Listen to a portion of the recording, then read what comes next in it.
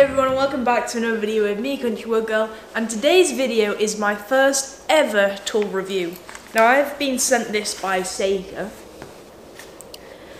and I'm going to be having a go with this today. I've got a fitting job out at a customer's house. I did some big panelling and we're basically panelling out a room, and so this is going to be really helpful. I've been holding off so I can actually take this with me and give it a try, and I'm going to show you how I use it.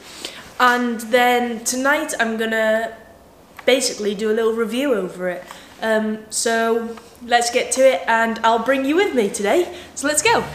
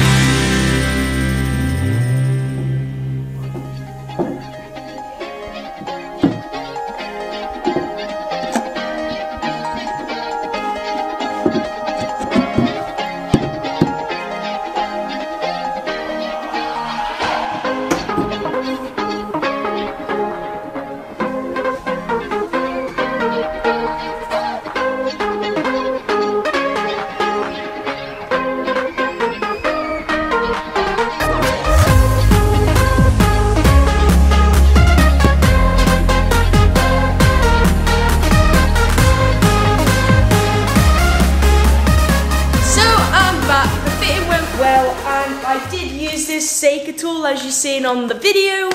I thought it was actually really handy and it did make fitting those mouldings a lot easier. There was a bit of working out how to use this thing, but I'll quickly run through it now. You do get some instructions with pictures on in the box. As you're seeing, you simply just push it into the moulding that you want. You can lock it off here and then these won't move anymore. You also do get this little Allen key that is taped on the front when you buy it, and that just goes into there and that changes how easy these are to move up and down. So you can set it to how you like it. All in all, I think it was a great tool. There is some niggly bits that I wasn't too happy with.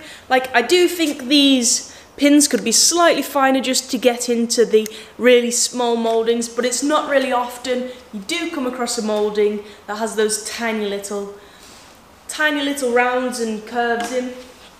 All in all, I thought it was really good. This is the larger one, this is the 10-inch. I think you can get a 5 or 6-inch, I'd have to look that up, I'm not too sure.